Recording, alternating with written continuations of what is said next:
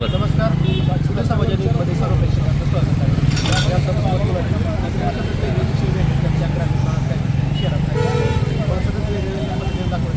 धाराशिव जिल्ह्यात एक number channel आहे. या चॅनल दिवस 5 कोटीपेक्षा अधिक व्ह्यूज आहेत. आता आमच्या चॅनल सबस्क्राईब करा, लाईक करा, शेअर करा. आता धाराशिव शहरामध्ये एक बाजू समोर आहे आणि आंदोलनासाठी आंदोलन काय आहे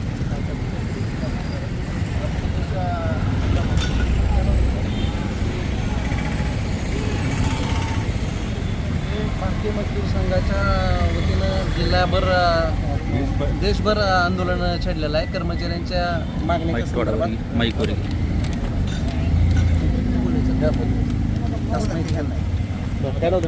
विजय कुमार वाघमारे, विभागीय संघटक, भारतीय मजदूर संघ. आज 25 नोव्हेंबर 25 फेब्रुवारी 2026 रोजी भारतातल्या सगळ्यात मोठी भारतीय मजदूर संघ या संघटनेनं असं ठरवलं की बाबा कामगारावर जो अन्याय होत आहे त्या कामगाराच्या अन्यायाच्या विरोधात संपूर्ण देशभर प्रत्येक कलेक्टर ऑफिसवर आम्ही आंदोलन करत आहोत. सरकारनं जे कामगार कायदे केलेले आहेत, ST कर्मचारी असो, राज्य सरकारी कर्मचारी असो, LICमधील कर्मचारी असो, वीज कंत्राटी कर्मचारी असो, या सर्व कर्मचाऱ्यावर सरकारने अनोनीत अत्याचार केलेला आहे. या विरोधात आम्ही आंदोलन करत आहोत. तर 25 नोव्हेंबर 2025 रोजी सध्या अर्थसंकल्पात सरकारने कुठलीही बाजू मांडलेली नाही. कामगारावर घोर अन्याय होत आहे. अगदी कामगारांना जी पोस्टातले असो किंवा राज्य सरकारी कर्मचारी असो, कंत्राटी कामगार, तुटपुंजी जे कर्मचारी आहेत, MSEBचे कर्मचारी आहेत, LICचे कर्मचारी आहेत, खाजगी सहकारी बँकेचे कर्मचारी आहेत, STचे यांना अगदी तुटपुंजी पेन्शन आहे. अगदी 2000, 3000, 4000, ज्याच्यात किंवा महिनाभर एका माणसाचं गुजराण होणार नाही. ते नवरा बायको आणि लेकरांनी कसं करायचं? काही कर्मचाऱ्याच्या लेकरांना कामसुद्धा मिळालं नाही. त्यामुळं अत्यंत हालाकीत आहे. त्यामुळं भारतीय मजदूर संघाची अशी मागणी आहे की किमान 5000 रुपये पेन्शन आणि त्यावर महागाई भत्ता, घरभाडे भत्ता लागू करावा. आणि जे असंघटित कर्मचारी आहेत, बांधकाम कर्मचारी आहेत, घरेलू कर्मचारी आहेत, त्याच्यानंतर आशा वर्कर आहेत, अंगणवाडी कर्मचारी, या कर्मचाऱ्यांना किमान वेतन लागू करावं आणि त्यांना लागू करून सन्मानाची वागणूक द्यावी, ही भारतीय मजदूर संघाची मागणी आहे. तुम्ही जे आहे ते कोणत्या पोस्टवर आहे? तुम्ही भारतीय मजदूर संघाचा विभागीय संघटन मंत्री आहे. हे जे आलेले आहेत ते कोणत्या पोस्टवर आहेत? हे सगळे आमचे वेगवेगळे क्षेत्रातले MSEB आहेत, कंत्राटी कर्मचारी आहेत, ST महामंडळ आहेत, अशा विविध संघटनातून आलेले लोक आहेत. काय नाव तुमचं? मी संजय कदम, ST महामंडळामध्ये विभागीय कर्मचारी वर्ग अधिकारी या पदावर कार्यरत होतो. मी सेवानिवृत्त झालेलो आहे. आमचे मित्र विजय वाघमारे हे भारतीय मजदूर संघाचं काम करतात. त्यांनी आम्हाला काल सांगितलं की कर्मचाऱ्यांच्या हितासाठी आपण एक आंदोलन छेडत आहे भारतभर, आणि त्याच धर्तीवर जिल्ह्यामध्ये पण आपलं आंदोलन आहे. याला आपण ST महामंडळाच्या कर्मचाऱ्यांनी अधिकाऱ्यांनी सुद्धा हजर राहणं आवश्यक आहे. म्हटल्यानंतर आम्ही STचे कर्मचारी या आंदोलनामध्ये सहभागी झालेले आहेत. ST महामंडळामध्ये सुद्धा अशाच पद्धतीचं खूप जाचक शासनाच्या अटी आहेत आणि त्यामध्ये STचा कर्मचारी भरडला जातो आहे. 2016 STच्या कर्मचाऱ्याचं वेतनवाढ 1% मिळालेली नाही. महागाईचा फरक 1% मिळालेला नाही. 2020 ते 2024 या दरम्यान जे तत्कालीन मुख्यमंत्री एकनाथजी शिंदे साहेबांनी 6500 रुपये कर्मचाऱ्यांना वाढ केलेली होती, त्या वाढीचा फरक दिलेला नाही. आणि मध्यंतरी त्याचे 48 हप्त्यामध्ये द्यायला चालू केलं होतं. कर्मचाऱ्याला 2 हप्ते मिळालेले होते. गेल्या महिन्यात जानेवारी, फेब्रुवारीच्या पगारामध्ये हप्त्याची रक्कमसुद्धा दिलेली नाही. आमचे जवळजवळ 80-85 हजार STचे कर्मचारी आहेत. त्या कर्मचाऱ्यामध्ये सध्या असंतोष आहे. कर्मचाऱ्यांना हप्ता मिळाला नसल्यामुळं कर्मचारी रस्त्यावर आलेला आहे. तर त्यावेळेस एक रकमी द्यायचं ठरलेलं असताना सुद्धा 48 हप्त्यामध्ये दिलं आणि 2 हप्ते देऊन आता बंद केलेलं आहे. परवाच 100 कोटी महामंडळाला मिळालेले आहेत, पण त्याच्यातून सुद्धा अद्यापर्यंत आम्हाला पैसे मिळालेले नाही. दुसरी गोष्ट 2020 ते 2023 दरम्यान जे कर्मचाऱ्याला ग्रॅज्युटीचा फरक द्यायला पाहिजे, ग्रॅज्युटीचा फरक अद्यापर्यंत दिलेला नाही. भविष्य निर्वाह निधीचा फरक दिलेला नाही. रजा रोखीकरणाचा फरक दिलेला नाही. ST महामंडळाकडे प्रत्येक कर्मचाऱ्याची साधारणतः 2 ते 3 लाख रुपये पडून आहेत. तर ते कर्मचाऱ्यांना त्वरित देण्यात यावे, म्हणजे त्या कर्मचाऱ्याच्या काहीतरी घरातल्या कुठल्या तरी एका कामाला ते पैसे येतील. कर्मचारी आमचा एका कर्मचाऱ्याला, आता मी स्वतः मला 3800 रुपये पेन्शन बसते. 3800 रुपयामध्ये काय खायचं, काय भागायचं, कसं भागायचं. जुन्या कर्मचाऱ्याला 500-600 रुपये पेन्शन बसते. 600 रुपये म्हणजे तर दररोज 2 रुपये पेन्शन आहे त्याला. भारतासारख्या विकसनशील देशामध्ये एका कर्मचाऱ्याला जर दररोज 2 रुपये पेन्शन मिळत असेल तर 2 रुपयाला चहा सुद्धा मिळेल. तर ह्याच्यामध्ये कसं त्या कुटुंबाला जगायचं, कसं राहायचं.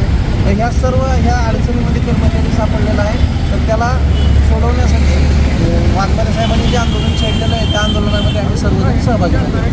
हे जे आंदोलन जे आहे इथे चालू आहे का अजून तिकडे चालू आहे? पूर्ण भारतभर जिल्हाधिकारी कार्यालयाच्या समोर पूर्ण भारतभर आंदोलन चालू आहे. किती जण आलेले आहेत? साधारणतः 25 लोक आले. आता तुम्ही मध्ये नाही जाणार आहात का? जिल्हाधिकारी साहेबांना निवेदन देण्यासाठी आम्ही जाणार. तुम्ही एक नाही. नाही द्यायचं. काय नाव तुमचं? माझं नाव विकास गाडेकर, महाराष्ट्र जिल्ह्याचा भारतीय मजदूर संघाचा सचिव आहे आणि महावितरण कंपनीमध्ये अकाउंट विभागात काम करतो.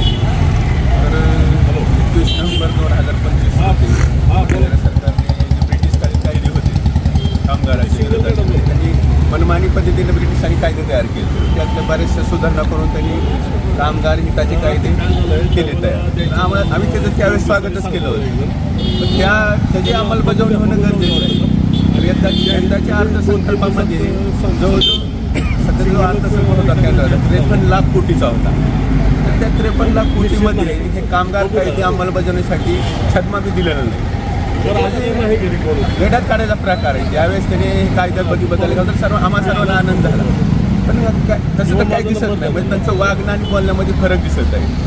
तर आज एवढं विकसित देशात एवढा विकास चालू आहे, एवढं आपण पाहतो सर्वत्र. तर आज उपासमारीची वेळ आलेली आहे. आता इथे साहेब जो बोलले एस टी महामंडळ ते क्लास 2 ऑफिसर. जर आता आम्हाला जो पगार आहे आणि पेन्शन इतकी फार तफावत आहे. तर एकदम 1-1.5 लाख पगार आहे. ज्यावेळेस सेवानिवृत्त होतो त्यावेळेस जर तुम्हाला जर 2-3 हजार रुपये जर मिळत असतील तर जगण्याचं मुश्किल होईल. आणि सर्व क्षेत्रात आउटसोर्सिंग चालू आहे. म्हणजे जी वेतन जी देतात सध्याच्या कर्मचाऱ्याला त्या वेतनामध्ये जवळजवळ 10,000 लोक पगारीवर ठेवतात आणि स्किल्ड आहेत. आणि त्यांना जर नाममात्र जर त्यांना जर पगार देत असतील तर त्यांचं भागायचं कसं. आणि सर्वात महत्त्वाचं ह्या लोकांचे पगार सुद्धा 3-3, 4-4 महिने होत नाही. तो जो गुत्तेदार आहे, कंत्राटदार आहे, कंत्राटामार्फत त्या लोकांचे पगार होते तर त्यांचा तो पगार पण होत नाही. हे सर्व म्हणजे तर भयानक आर्थिक पिळवणूक होत आहे. तर त्या पिळवणुकीतून केंद्र सरकारनं त्यांची सोडवणूक केली पाहिजे. त्यामुळे आज देशभर आपण जवळजवळ भारत देशात पूर्ण देशभर की जिथं कलेक्टर ऑफिस जिल्हा आम्ही निवेदन देत आहोत आणि सरकारनं जागवण्याचा प्रयत्न करत आहोत. जर ह्यातून जर त्यांनी आमची जर दखल घेतली नाही त्यानंतर पुढे आम्ही आणखी तीव्र आंदोलन करणार आहोत. जोपर्यंत त्यांनी आमच्या मागण्या पूर्ण करणार नाही तोपर्यंत आमचं आंदोलन चालूच राहणार आहे. धन्यवाद. काय नाव तुमचं? आनंद गोवर्धन, भारतीय मजदूर संघाचा जिल्हाध्यक्ष आहे. आणि यामुळे आज जे आंदोलन पुकारलं आहे ते सरकार जगावं असं आंदोलन आहे. जे कामगार कायदे पारित केलेले आहेत त्या संदर्भात कुठलीही बजेटमध्ये आर्थिक तरतूद केलेली नाही. आणि आमच्या ज्या प्रमुख मागण्या आहेत त्या कायद्याची संमत केलेले आहे ते कायदे व्यवस्थित कठोर जी अंमलबजावणी करण्यात यावी आणि समान काम समान वेतन हे नियम लागू करावा. आणि तसेच राज्य कामगार जे आरोग्य विमा आहे तर एक रुग्णालय इथं जे असंघटित कामगार आहेत विविध क्षेत्रामध्ये काम करतात, आरोग्य अभियानामध्ये काम करतात, त्यांना वीज महामंडळामध्ये काम करतात कंत्राटी बेसवर, त्या लोकांना नियमित करण्यात यावं. आउटसोर्सिंग आहे कामापुरतं परंतु त्यांना कामात पेन्शन जी मिळते ते सुद्धा फार तटपुंजी आहे. आता एस टी महामंडळातले अधिकारी वर्ग आहे इथं ते काय म्हणले की आम्ही 1 लाख 1.5 लाख पगार घेत होतो पण आज आम्हाला 3800 रुपये पेन्शन मिळते. तर आमचं म्हणणं आहे की EPFची जी पेन्शन आहे ती किमान आत्ता 1000 आहे. त्याच्यावर महागाई भत्ता दिला जात नाही तर ती 5000 करण्यात यावी आणि त्याच्यावर एक महागाई भत्ता देण्यात यावा अशी आमची प्रमुख मागणी आहे. आणि हे निवेदन घेऊन आम्ही हे देशव्यापी आंदोलन आहे आज भारतीय मजदूर संघाने पुकारलेलं.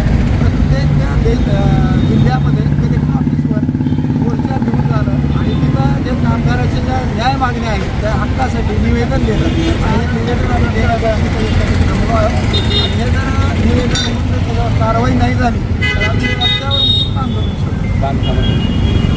तसेच बांधकाम कामगार जे आहेत असंघटित कामगार तर त्यांचं जे काम कामगाराचं जे कार्ड असतं ते नूतनीकरण विलंब करण्यात यावं आणि ते असंघटित आहेत त्यांचं शोषण केलं जातं गुत्तेदाराकडून. त्यांना वेळेत त्यांचा पगार आठवड्याला मिळाला पाहिजे ही सुद्धा आमची प्रमुख मागणी आहे. बघा इथं धाराशिव शहरामध्ये पोचलेलं होतं. इथं आंदोलन चालू होतं. महाराष्ट्रभर आंदोलन, देशभर आंदोलन चालू आहे. त्याच्या मागे वेतन मिळावं, जे पगारी आहे आता मात्र 28,000 रुपयाची पेन्शन मिळते आणि त्या पेन्शनमध्ये वाढ होईल अशा अनेक मागण्या होत्या की आपण सांगितलेलं आहे. मग कसं त्याच्यामुळे तालुक्यात